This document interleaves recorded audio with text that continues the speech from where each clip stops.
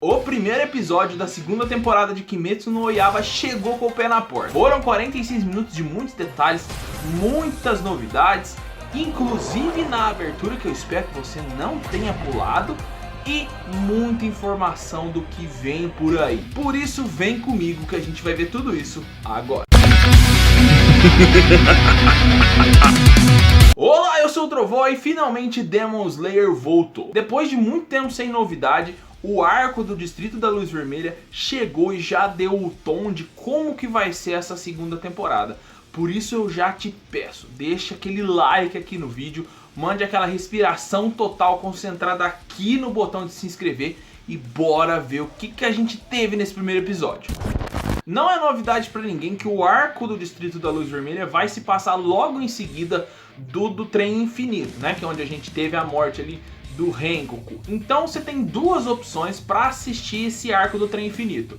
Uma é o filme e a outra é a adaptação que eles fizeram em 7 episódios do filme, tá? Qual que você vai escolher se você não assistiu nenhum? Eu recomendo que você assista os 7 episódios, porque vai ter uns detalhes a mais, ali uma jogadinha a mais, principalmente no primeiro episódio que é totalmente voltado no Rengoku, justamente mostrando como que ele foi parar ali, um pouco mais do background da família dele, que vai ser um pouco mais importante nessa segunda temporada. Não é uma coisa obrigatória de você ver, tá? Se você já viu o filme e não quiser ver esse arco, não tem problema. Se você não viu o filme, como eu falei, eu te recomendo você assistir esses 7 episódios. Só que se você viu o filme, assiste pelo menos o primeiro episódio desse arco, tá? No formato de 7 episódios, pra você ter uma ideia mais de quem foi o Rengoku, como que é a família dele, porque logo no começo desse episódio a gente já tem um bom background também, mas é legal ver como que era a relação dele com o pai, dele com a mãe ali, antes dele mesmo se tornar um pilar das chamas. E eu falo isso porque o primeiro episódio da segunda temporada de Demon Slayer já começa exatamente onde acabou o do Trem Infinito, tá? E é até muito triste ver ali como que ficou a relação do Tanjiro, do Zenitsu e do Inosuke logo após a morte do Rengoku, porque eles estavam muito ali apegados a ele. É um cara muito forte, os caras ainda estavam começando ali, e é legal, cara, ficou muito bacana. E como a gente não teve esse pós-morte no filme, e nem nos 7 episódios foram lançados sobre o Trem Infinito, aqui nesse primeiro episódio, como foram 46 minutos, eles dividiram em 2, e essa primeira parte foi justamente focada ali logo após o que aconteceu, logo após a morte do Rengoku.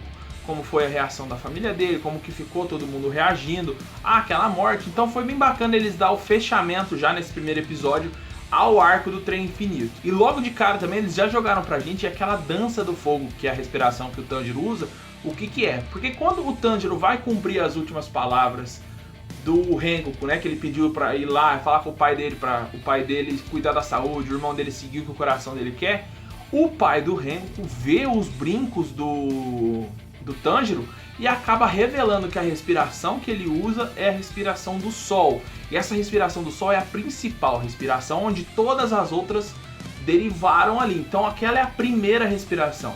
Então a gente já tem um pouquinho a gente já consegue entender o porquê que o Muzan tem tanto medo do Tanjiro quando ele viu aqueles brincos, então ele ficou louco para querer matar logo. E o porquê que o pai do Tanjiro usava aquela dança, fazia aquela dança. Ali é uma cerimônia ao Deus Sol, né, da respiração do Sol, que é esse ritual que eles começam a dançar do pôr do Sol até o outro dia, né, sem parar. E foi dali que o Tanjiro tirou os movimentos daquela respiração que ele chama de Hinokami Kagura. Mai no tejun o shiteiru Hinokami Kagura desu ra ore wa tsukai konasete inai desu. E isso é uma respiração que é passada de geração em geração. Então o pai do Tanjiro passou pra ele, junto com os brincos e tal, meio que sem querer ele aprendeu isso, porque o pai dele acabou morrendo muito frágil, não deu tempo de explicar tudo direito. Então aí que a gente vai começar a entender agora o que é a respiração do sol e como que o Tanjiro vai conseguir usar isso aí. E falando no Muzan também, a gente já deu pra ver que ele tá bem escondidinho ali agora, como um menino que nasceu numa família que tem problema que não pode sair no sol, né? Então ele ainda é o Muzan, tem todas as forças. A casa que é o demônio que matou, né, o Oni, que matou o Rengoku, foi lá todo orgulhoso que queria falar que matou um pilar das chamas, mas na verdade ele mandou ele lá pra matar todo mundo, inclusive o Tanjiro, porque os caras sabem, o Muzan sabe o que essa respiração do sol é. Até então a gente não sabia, mas agora a gente sabe que é foda. E foi legal também a gente ver o amadurecimento do Tanjiro, porque dos três, né, do Tanjiro, do Zenitsu e do Inosuke, ele sempre foi o mais cabeça, assim, vamos falar, né? Porque o Tanjiro, agora ele entendeu que ele tem que virar um pilar, agora que ele entendeu que tem um Oni muito mais forte do que os próprios pilares que tá ali. Só que fica a pergunta, né? Será que ele vai querer ser o pilar da água ou o pilar do sol? E a segunda parte desse episódio mostrou que eu estava errado. Eu achava que o Tengen Uzui, ele iria receber a missão para ir até o Distrito da Luz Vermelha, juntamente com o Tanjiro, o Inosuke e o Zenitsu, mais ou menos como foi ali no arco do Trem Infinito com o Rengoku. Mas não, né? Então eu previa que fosse isso, mas na verdade o que aconteceu é que os três acabaram indo sem querer junto com ele, porque o Tengen, ele foi até onde era o castelo ali, que eles ficam com aquelas menininhas lá, com as pequenininhas, pra pegar dois caçadores de demônio pra ir com ele nessa missão. E ele acabou catando uma menininha e a outra lá, que não serve pra nada, na verdade. Então foi legal, porque aí chegou o Tanjiro, os dois, ele mostrou que os caras estão mais preparados e foi uma interação muito legal, cara.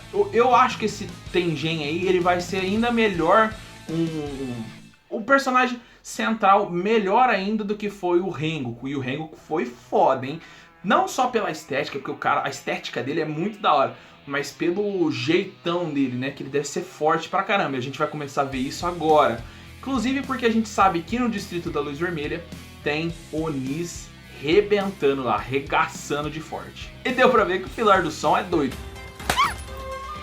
No próximo episódio a gente já vai poder ter uma ideia de quais são os Onis que vão estar no Distrito da Luz Vermelha, quão forte realmente eles são e como que os três, mais o Pilar do Som, né, o Inosuke, o Tanjiro, o Zenitsu e o Tengen Uzui, como eles vão lidar com essa ameaça desses Onis aí, principalmente das luas superiores, né? E finalmente a gente vai entrar de cabeça nesse arco maravilhoso que é o Distrito da Luz Vermelha. Então não perde o seu tempo. Se você gosta desse tipo de review, mostrando como é que foi o episódio, alguns detalhes aí do que vem e o que a gente pode ter perdido desse episódio, se inscreva. Eu vou trazer sempre esses reviews de cada episódio que for saindo aí pra gente dar uma olhada e curtir bastante, beleza? Eu vou ficando por aqui. Aquele abraço. Fui!